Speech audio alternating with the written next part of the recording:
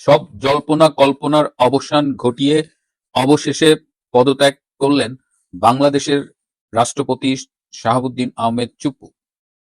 গতকাল আমি বলেছিলাম যে তার পদত্যাগকে কেন্দ্র করে একটা বিশাল ষড়যন্ত্র হচ্ছে, এবং কাল রাত থেকে আজ পর্যন্ত অনেকগুলো ইনফরমেশন আমি পেয়েছি, যেগুলো নিয়ে আজকে আমি আপনাদের সাথে কথা বলবো। শেষ পর্যন্ত সাথে থাকবেন।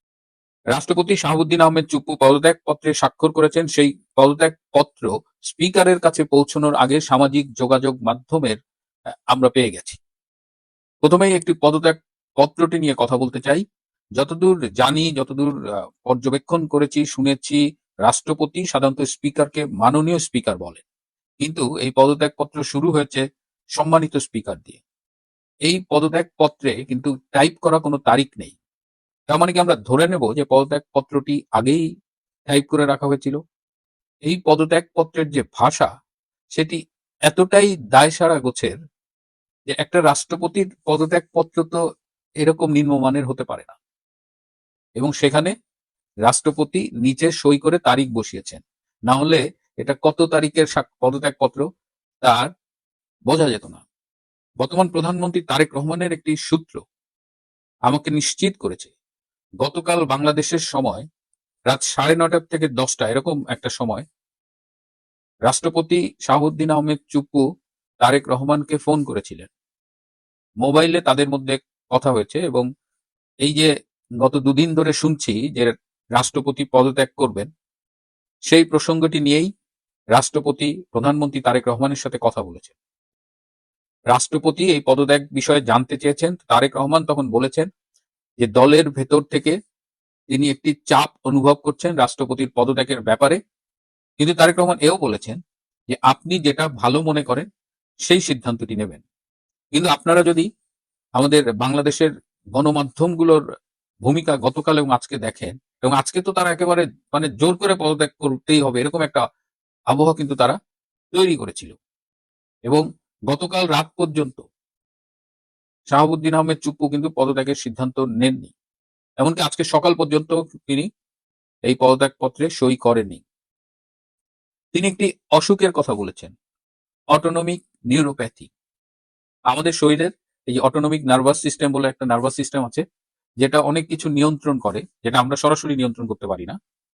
যেমন হার্টবিট, হৃদস্পন্দন, ব্লাড প্রেশার, এই নিঃশ্বাস প্রশ্বাসের একটা অংশ, মূত্রথলির যে এই যে খালি করে সেইটা, এরকম অনেকগুলো অ্যাক্টিভিটিস আছে যেটা এই অটোনমিক নার্ভাস সিস্টেমের দ্বারা নিয়ন্ত্রিত হয়।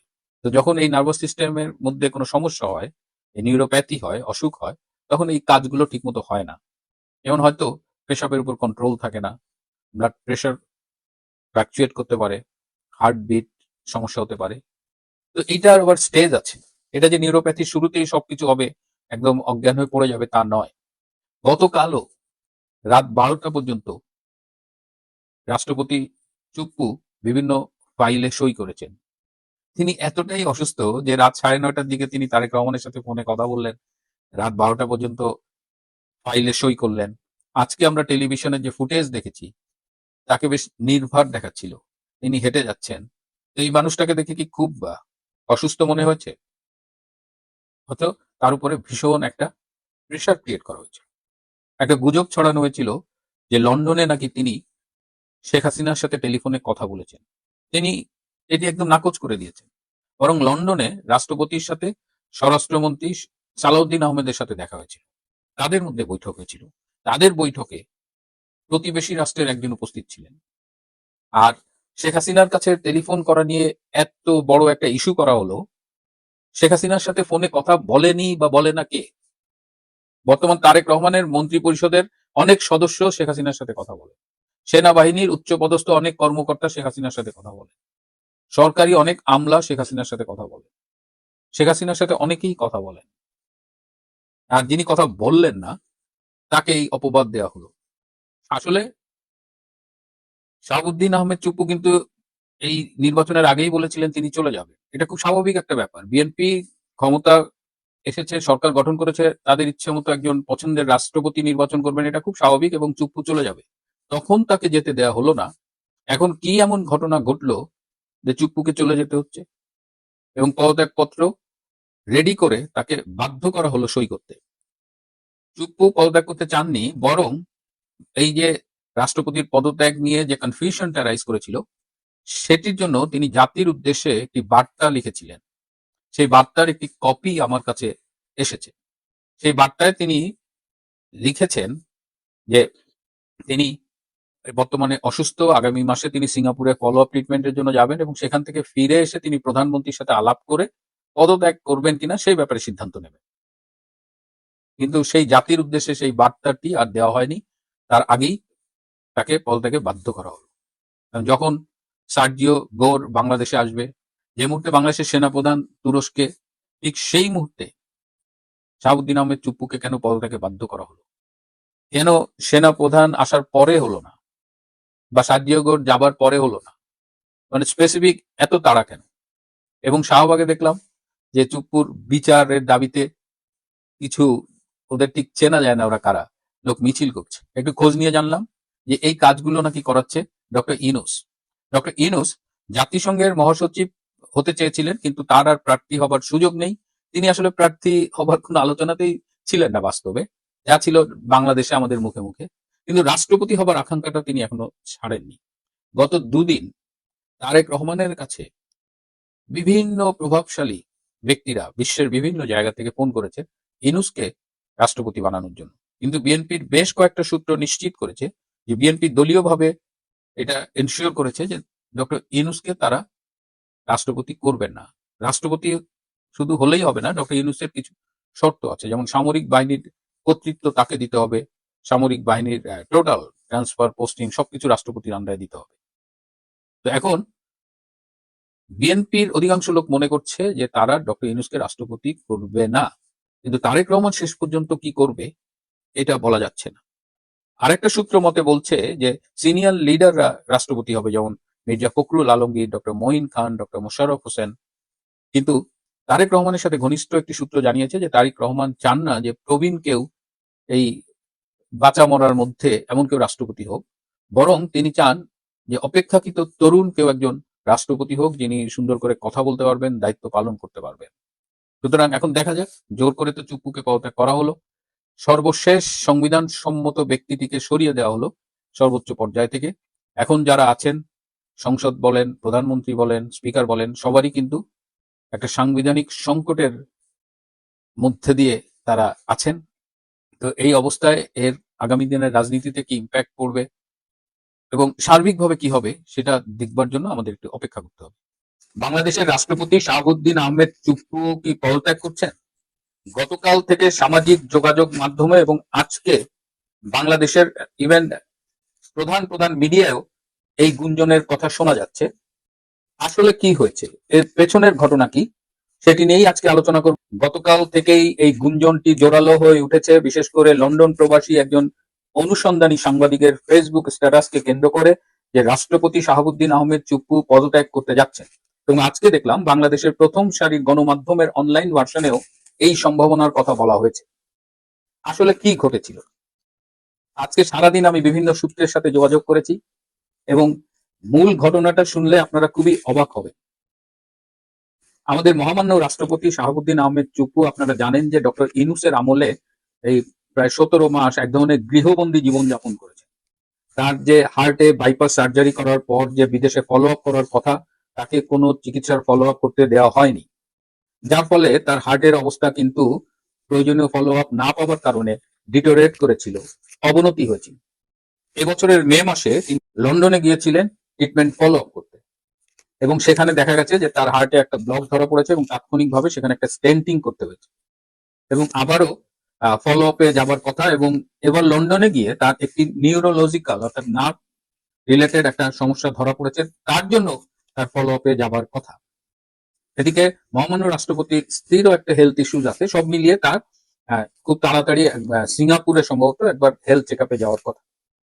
তো এই যে হেলথ চেক আপে যেতে হবে, ফলো আপে যেতে হবে, এটা নিয়ে আলাপ করবার জন্য মহামান্য রাষ্ট্রপতি আমাদের স্বরাষ্ট্রমন্ত্রী সালাউদ্দিন আহমেদের কাছে ফোন করেছিলেন, এবং ফোন করে কথা প্রসঙ্গে তিনি বলেছেন যে ইউনূসের আমলে তার পর্যাপ্ত ট্রিটমেন্ট হয়নি, ফলো আপ হয়নি, যে কারণে তার শরীরটা বেশ খারাপ হয়েছে, হার্টের অবস্থা খারাপ হয়েছে, নতুন করে নার্ভের সমস্যা ধরা পড়েছে।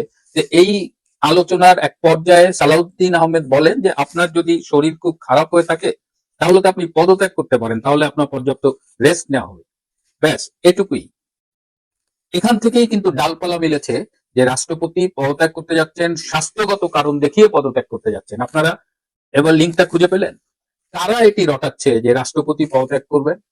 এই সালাউদ্দিন আহমেদ বিদেশে সেই অনুসন্ধানী সাংবাদিক যিনি কোনো একটা মহলের হয়ে কাজ করেন, পাকিস্তানি গোয়েন্দা সংস্থা আইএসআই, জামাত, এনসিপি, বর্তমান প্রধানমন্ত্রীর সামরিক উপদেষ্টা ডক্টর ব্রিগেডিয়ার অবসরপ্রাপ্ত শামসুল ইসলাম এবং এসএসএফ এর বর্তমান মহাপরিচালক মিস্টার সামাদ, এদের একটা চক্র এই সামান্য ফোন আলাপটাকে ফুলিয়ে ফাঁপিয়ে একটা গুজব বাজারে ছেড়েছে যে বাংলাদেশের রাষ্ট্রপতি পদত্যাগ করতে যাচ্ছে।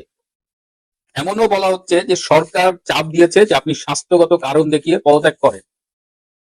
আপনাদের নিশ্চয়ই মনে আছে যে ডক্টর ইউনূস অবৈধভাবে ক্ষমতা দখলের পর নানানভাবে চেষ্টা করা হয়েছে শাহাবুদ্দিন আহমেদ চুপ্পুকে রাষ্ট্রপতির পদ থেকে সরিয়ে দেবার, এবং চুপ্পুকে যদি সরিয়ে দেওয়া সম্ভব হতো তখন, তাহলে ডক্টর ইউনূসদের যে বিভিন্ন অসাংবিধানিক কার্যক্রম সেগুলো বাস্তবায়ন করতে সুবিধা হতো। বর্তমান বাংলাদেশে আপনি খেয়াল করে দেখবেন যে একমাত্র শাহাবুদ্দিন আহমেদ চুপ্পুই কিন্তু বৈধ সাংবিধানিক পদের অধিকারী। বাকি সংসদ বলেন, ডক্টর ইউনূসের রেজিম বলেন, সবকিছু নেই কিন্তু সাংবিধানিক বিতর্ক রয়েছে এবং তাদের বৈধতার সংকট রয়েছে।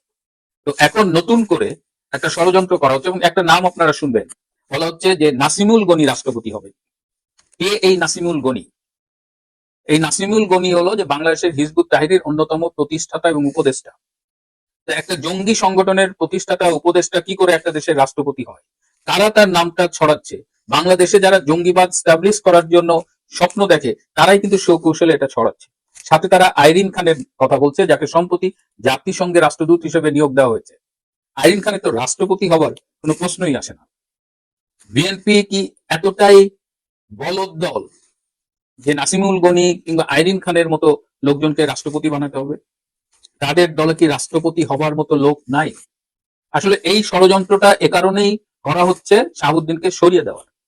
এবং শাহাবুদ্দিন আহমেদকে কিন্তু সুপরিকল্পিতভাবে অনেকবার অপমান করা হয়েছে। ইউনূসের আমলেও করা হয়েছে, তারেক সরকারের আমলেও করা হয়েছে।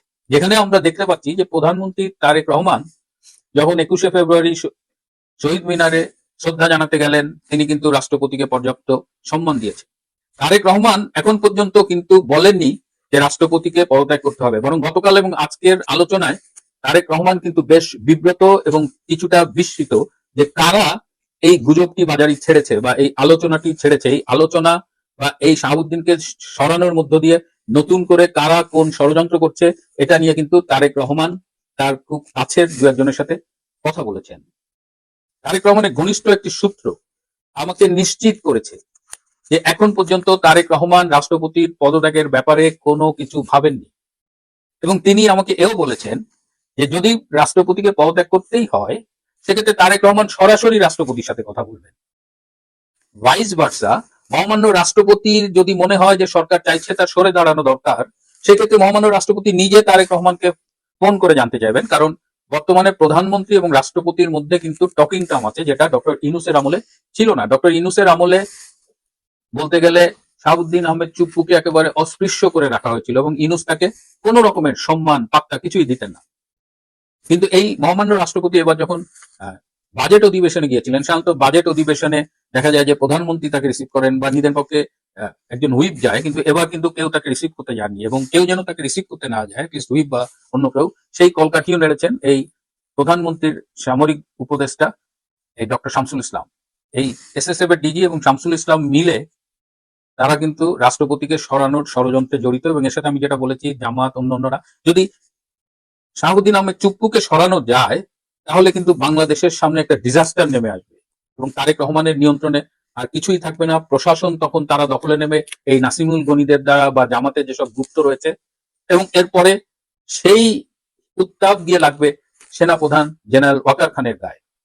এবং রাষ্ট্রপতির পদত্যাগের এই গুঞ্জন শোনার পরে সামরিক ছাউনিতে কিন্তু ফিসফাস এবং অসন্তোষ শুরু হয়েছে।